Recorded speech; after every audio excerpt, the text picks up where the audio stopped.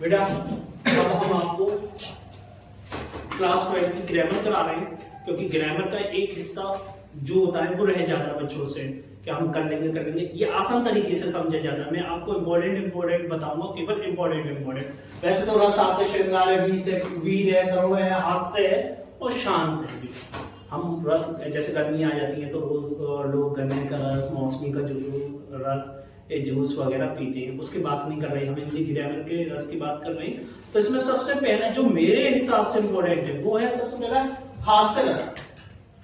अगर बात करें हम तो सबसे पहला है हास्य रस। हास्य रस में क्या होता है, किसी की वेशभूषा, चेष्टा, आकृति को देखकर हृदय से जो विनोद भाव उत्पन्न होता है उसे क्या कहते हैं, हास्य रस। और बेटा मैं उदाहरण जो है आप अपने आप से देख लीजिएगा, इसमें बहुत सारे ग्रामर में बहुत इजी पढ़े जो आपको पसंद आए। दूसरा पढ़ते हैं आपके पास वीर रस। वीर रस क्या होता है, किसी भी युद्ध स्तर अथवा कठिन कार्य करने के लिए जो हृदय से उत्साह का भाव उत्पन्न होता है उसे कहते हैं, उसको कहते हैं वीर रस। वीर रस में क्या है, आपको एग्जाम्पल देता हूँ, वीर तुम बड़े चलो, धीर तुम बड़े चलो, ये बच्चों वाला है तो है, पर ऐसे बहुत से जो आपको आसान बिना प्रेशर के हो जाए। ठीक है, आगे बढ़ते हैं। इंपॉर्टेंट दूसरा है शांत रस। शांत रस में क्या होता है, इसमें इस अवस्था में ना तो सुख होता है, ना दुख का अनुभव होता है, ना ही सुख ना ही दुख। अगर बात करें इसमें ना सुख होगा ना दुख होगा, ना सुख होगा ना दुख होगा, ना राग होगा ना कोई इच्छा होगी, ना द्वेष होगा। इसे मुनियों ने शांत रस कहा है। ये 3 रस हैं, आपको तैयार करके जाना है। 3 रस में से आपको एक मिल जाएगा। ठीक है, आगे बढ़ते हैं। अब हम बात करते हैं अलंकार। यहाँ पर तो आपके 8 अलंकार है, पर आपको जो तैयार करना है इसमें से आपको एक रखा हुआ मिल जाएगा जो मैं बता रहा हूं आपको। इसमें से अनुप्रास, यमक, श्लेष। अनुप्रास क्या होता है, यह वर्णों की आवृत्ति बार बार होती है। जैसे मैंने बोला रघुपति राघव राजा राम, यहाँ रा वर्ण की आवृत्ति, यहाँ वर्ण है रघुपति राघव राजा राम में स्पष्टीकरण लिख दी, यहाँ रावण की आवृत्ति बार बार हुई है। दूसरा वर्ड है यमक अलंकार। यमक अलंकार क्या होता है, इसमें जहां एक वर्ड, जहां एक शब्द एक से अधिक बार आए, एक शब्द एक से अधिक बार है, वहां कौन सा अलंकार होगा, यमक अलंकार होगा। जैसे मैंने बोला कनक कनकते सौगनी मादकता दिखा, यहाँ एक कनक एक 2 बार आया, कनक का अर्थ सोना है, एक कनक का अर्थ धतूरा है। आगे बढ़ते हैं बेटा, श्लेष अलंकार, जहां शब्द एक से अधिक अर्थ हो और जहां किसी शब्द का एक बार प्रयोग हो, उनके अर्थ अलग अलग निकलते हो, तो वहां कौन सा होगा, श्लेष अलंकार। तीन बार फिर बता रहा हूं बेटा, यहाँ पर 3 आपको मैंने बताए अलंकार, तीनों को जहन में रखिएगा, तीनों को दिमाग में रखिएगा, बहुत आसान है आपको। तीनों कौन कौन से, अनुप्रास जहां वर्णों की आवृत्ति बार बार हो वो अनुप्रास है, और यमक में जहां एक शब्द, यहाँ शब्द बोल रहे एक से अधिक बार आए, वो कौन सा हो गया, यमक। श्लेष में क्या होगा, एक शब्द एक ही बार आएगा परंतु उसका अर्थ बार बार भिन्न भिन्न होगा। आगे बढ़ते हैं बेटा, अब अगली चीज जो है आपके लिए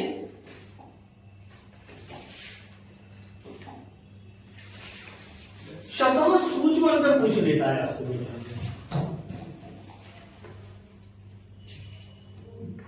सूक्ष्म अंतर में क्या होता है, जैसे फॉर एग्जाम्पल यहां 2 वर्ड है आपके, उपकार और अपकार, 2 अलग अलग वर्ड है। यहाँ पर सूक्ष्म वर्ड आपको बताने होते, उपकार अपकार, कपट कपाट। देखो बेटा 2 वर्ड है, कपट दुख होता है, कपाट क्या होता है, दरवाजा होता है, कपट और कपाट। ठीक है, एक है इसमें, दूसरा है गृह। तो बेटा पहला वर्ड हम जो है शब्दों के सूक्ष्म अंतर में बता रहे हैं आपको, उपकार और अपकार, इन दोनों में डिफरेंट पूछ लेता है। तो बेटा उपकार और अपकार में डिफरेंट पूछे तो आपको भलाई और बुराई, भलाई और बुराई। आगे बढ़ते हैं, दूसरा वर्ड है कपट और कपाट। कपट अगर जैसे हम किसी के साथ धोखा करें, और कपाट क्या होता है, दरवाजा। अगला है गृह और गृह। एक गृह का मतलब होता है घर और गृह का मतलब होता है नक्षत्र। ये सूक्ष्म अंतर पूछता है, गृह का मतलब क्या हो गया घर, और दूसरा ग्रह का मतलब क्या हो गया, नक्षत्र। अगला जो हमारा इंपॉर्टेंट है, सबसे ज्यादा इंपॉर्टेंट है हमारा, वो है अभिराम और अभिराम। इसका मतलब होता है अनवरत और आकर्षक। क्या होता है, अनवरत और आकर्षक। आगे बढ़ते हैं बेटा, देखिए अब देखो एक वर्ड है यहाँ पर अगर बात करें स्वर और सवर्ण, देखो बेटा स्वर का मतलब होता है सोना और सवर्ण का मतलब होता है उच्च जाति। उच्च जाति ये इतने देख लीजिएगा, इसमें से आपको एक कार्ड मिल ही जाएगा। नेक्स्ट आगे बढ़ते हैं हम। अब आते हैं हम बेटा पत्र लेखन पे। देखो बेटा पत्र जो लिखे जाते हैं ये 7 नंबर का पूछता है, इसमें औपचारिक और अनौपचारिक। तो ज्यादातर जो पत्र आएंगे वो आपके इस खंड से आ जाएंगे औपचारिक, जिसमें अधिकारी वगैरह को लिखने को आएगा। जैसे आपके सामने एक एग्जाम्पल है, यहाँ पर बोला है जो इम्पोर्टेंट है ऋण हेतु। ऋण हेतु बोला गया है, उसमें हम देखो अच्छी तरीके से समझते हैं। पहले क्वेश्चन में क्या कराया है, क्वेश्चन में बोल रहा है किसी बैंक के प्रबंधक को उच्च शिक्षा, चिकित्सा शिक्षा हेतु या जो अगर शिक्षा ऋण है तो उसके लिए, तो आपको सबसे पहले क्या लिखना पड़ेगा, आपको सेवा में। अब किसको लिख रहे हैं, प्रबंधक को लिख रहे हैं। प्रबंधक कोई से बैंक हो सकती है, state bank, Punjab national bank, bank of India, जो भी हो, उसमें आप नीचे उसका एड्रेस लिख दिए और आप शुरू करिए महोदय निवेदन, सामने निवेदन, ठीक है बेटा। और आधी लैंग्वेज इसी में होती है। जैसे आपको किसी स्कूल में, किसी समाचार पत्र में आपको स्कूल के लिपिक की जगह निकली है, वैकेंसी निकली है उसमें, तो आपको एक पत्र लिखना है, ठीक है। तो अब उसमें जो जगह निकली है उसको फिल करने के लिए वहां पर आपको क्वेश्चन में दे रखा होगा स्कूल कौन सा स्कूल है, उसमें किस पद के लिए, लिपिक के पद के लिए निकली है। तो आप उसी तरीके से सेवा में प्रबंधक, ठीक है, स्कूल का नाम लिख दीजिए, निवेदन। अब उसमें ये डालना है आपको किस माध्यम से आपको इसके वैकेंसी का पता चला, किस माध्यम से, तो आप उसको मेंशन करेंगे। तो बेटे 7 नंबर का होता है, इसको थोड़ा सा पढ़ लेंगे। नेक्स्ट पढ़ते हैं अब हम, जो सबसे इंपॉर्टेंट होता है आपका, सबसे इंपॉर्टेंट आपका आता है निबंध। निबंध में देखिए बेटा समझिएगा, अगर आपको जो कॉमन रहते विज्ञान, अगर विज्ञान के बारे में, विज्ञान आ गया, विज्ञान के बारे में, तो विज्ञान में अक्सर पूछ लेता है ये वरदान है या अभिशाप। तो बेटा अभिशाप, वरदान या अभिशाप, विज्ञान को पूछ लेगा आपसे।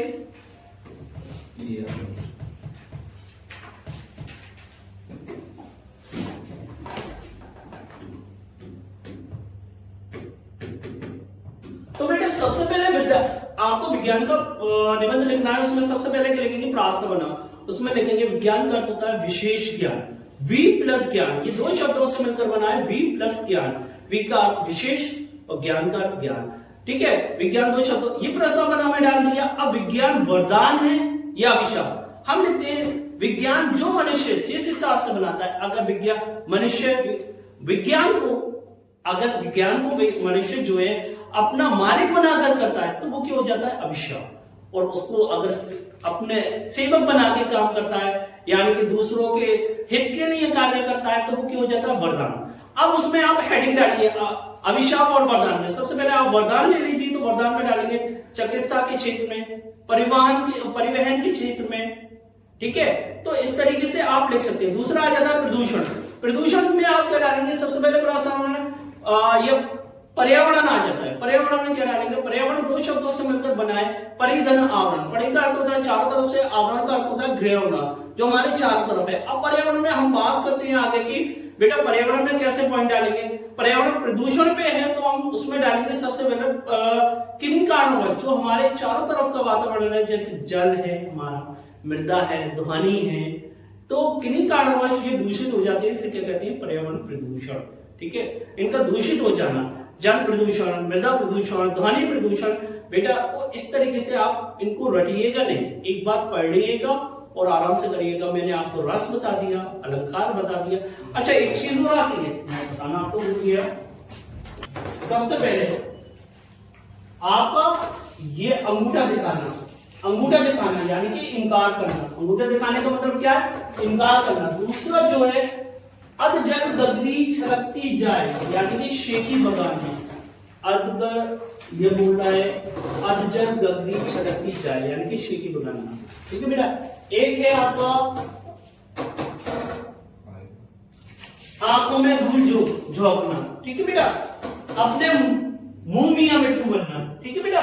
ये आप इसको भी देखिए, 2 नंबर के आगे 4-5 बताएं तो इसको भी देखिएगा।